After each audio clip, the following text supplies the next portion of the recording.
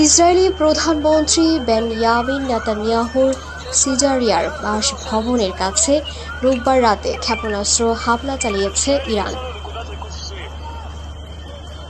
The economic টাইমসের এক প্রতিবেদন থেকে জানা যায়, নেতানিয়াহুর বাসভবনের কাছে ইরানের ক্ষেপণাস্ত্র হামলায় হাদেরার একটি বিদ্যুৎ কেন্দ্র ক্ষতিগ্রস্ত হয়েছে। এই হামলার পর স্থানীয়দের সংরক্ষিত এলাকায় আশ্রয় নিতে আহ্বান জানিয়েছে দেশটির সেনাবাহিনী।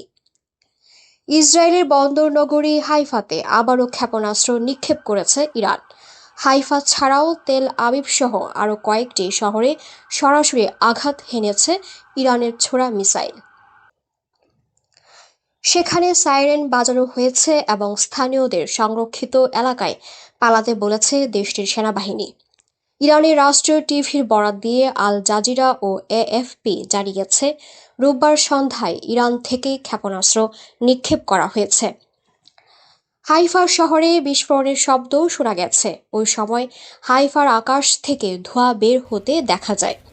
ইসরায়েলি সেনাবাহিনীও নতুন এক ক্ষেপণাস্ত্র হামলার সতর্কতা জারি করে নাগরিকদের নিরাপদ আশ্রয়ে চলে যাওয়ার নির্দেশ দিয়েছে। ফরাসি সংবাদ মাধ্যম এএফপির প্রতিবেদনে বলা হয়েছে, রোববার ইরান ইসরায়েলের ওপর নতুন আক্রমণ শুরু করেছে। হাইফা সহ কয়েকটি শহরে সরাসরি মিসাইল আঘাত হানার খবর পেয়েছে তারা। এদিকে ইসরায়েলি হামলায় ইরানে শুক্রবার থেকে রোববার পর্যন্ত নিহতের সংখ্যা বেড়ে 224 জনে দাঁড়িয়েছে। দেশটির স্বাস্থ্য মন্ত্রণালয় জানিয়েছে, হামলায় আরও 1277 জন আহত হয়েছেন।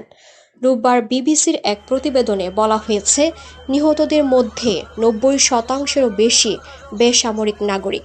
এর মধ্যে সর্বশেষ ইরানের ইসলামিক রেভলিউশনারি গার্ড কোরের গোয়েন্দা প্রধান ও সামরিক বাহিনীর 2 জেনারেল নিহত হয়েছেন।